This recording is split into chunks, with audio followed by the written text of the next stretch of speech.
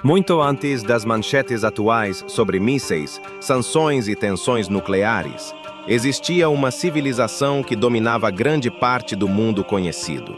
Uma civilização tão poderosa, tão avançada e tão estratégica, que ainda hoje influencia os eventos mais sensíveis do planeta.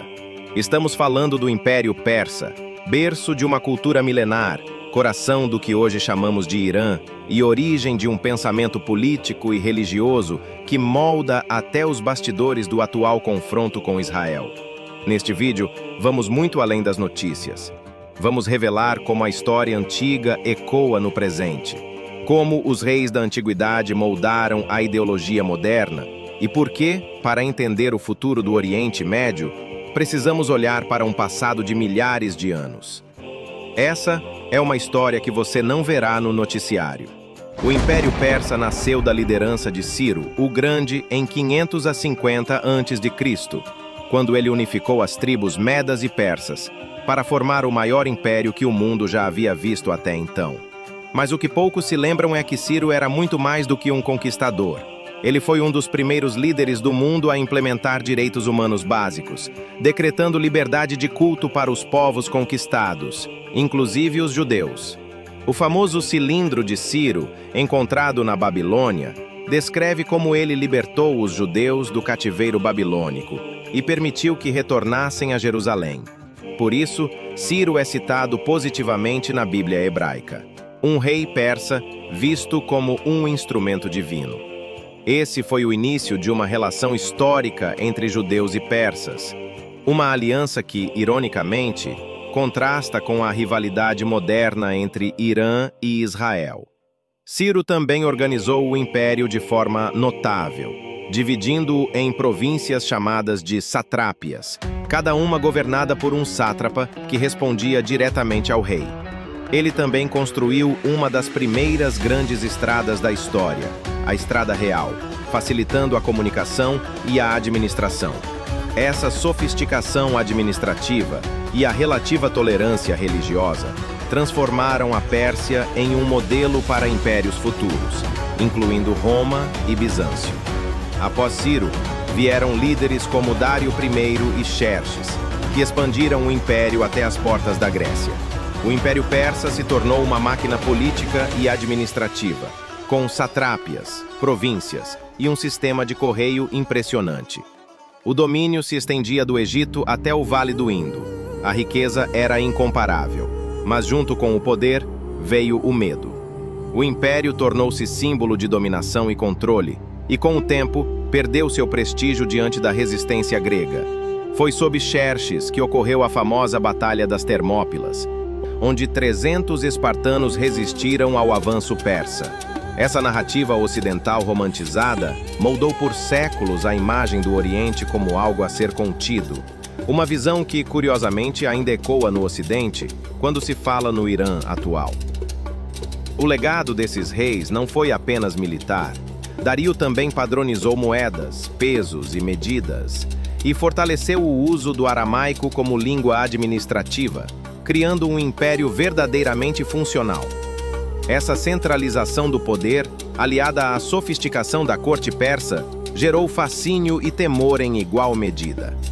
O Império Persa caiu diante de Alexandre o Grande em 330 a.C., mas o que ele conquistou com espadas, os persas recuperaram com cultura. Mesmo sob domínio grego, romano e depois árabe, a identidade persa nunca desapareceu. Pelo contrário, foi preservada em literatura, ciência e filosofia. E mais tarde, quando os árabes islamizaram a região, os persas adaptaram o Islã ao seu estilo. Nasceu o xiismo.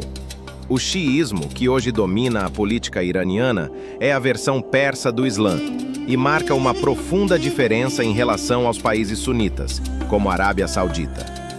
Essa divisão não é apenas religiosa, é também geopolítica e cultural. Com a chegada do Islã, o Irã tornou-se um centro intelectual do mundo muçulmano, abrigando universidades, observatórios astronômicos e pensadores influentes. Os califados podiam dominar politicamente, mas a alma cultural era persa. e essa cultura molda até hoje o pensamento estratégico do Irã. Os líderes iranianos modernos, incluindo o atual guia supremo Ali Khamenei, frequentemente citam heróis persas e mártires do passado como fontes de inspiração. O orgulho nacional iraniano está enraizado na ideia de que sua civilização tem milhares de anos e não deve se curvar a ninguém. Mesmo com a Revolução Islâmica de 1979, o discurso nacionalista permaneceu. O Ayatollah Khomeini, fundador do regime, dizia: "O Islã puro é o Islã da resistência." Essa resistência inclui enfrentar potências externas, como os Estados Unidos e Israel, que são vistos como invasores ou opressores. O conceito de resistência ativa tem raízes nas guerras antigas, quando a Pérsia resistia a Roma, Grécia e ao cristianismo como poder dominante. Essa ideia de missão histórica, quase messiânica, fortalece a narrativa de que o Irã deve liderar o mundo islâmico e proteger os oprimidos. Do outro lado, Israel também tem sua narrativa e suas armas. O Mossad, serviço de inteligência israelense, é considerado uma das agências mais eficazes do mundo. Desde o início dos anos 2000, tem conduzido operações secretas para impedir o avanço nuclear iraniano. Desde o vírus Stuxnet, que danificou centrífugas nucleares, até operações cirúrgicas contra cientistas iranianos, Israel atua em silêncio, mas com impacto direto. É uma guerra invisível, uma guerra de sombras. E o que poucos percebem é que do lado iraniano essa ofensiva é vista como um ataque ao coração da civilização persa, um novo tipo de cruzada ocidental. As operações do Mossad ressoam como humilhações históricas, reacendendo memórias de dominação estrangeira sobre a antiga Pérsia. Tanto o Irã quanto Israel dominam tecnologias de ponta. Satélites, drones, inteligência artificial, sistemas de espionagem digital, tudo é usado para prever, prevenir ou provocar. Mas além da estratégia, há a simbologia. Para o Irã, desenvolver poder nuclear é provar que o mundo islâmico, e especificamente xiita, pode ser tecnologicamente autônomo. Para Israel, impedir isso é garantir que sua existência não esteja ameaçada por regimes hostis. Assim como os antigos reis persas erguiam colunas para demonstrar poder, hoje as nações erguem mísseis. E assim como os escribas da Pérsia registravam cada batalha, hoje os servidores registram dados que definem o futuro. A história se repete, a geografia não muda, e os símbolos antigos voltam. O Irã ainda celebra Nowruz, o Ano Novo Persa. As ruínas de Persépolis são consideradas patrimônio de orgulho nacional.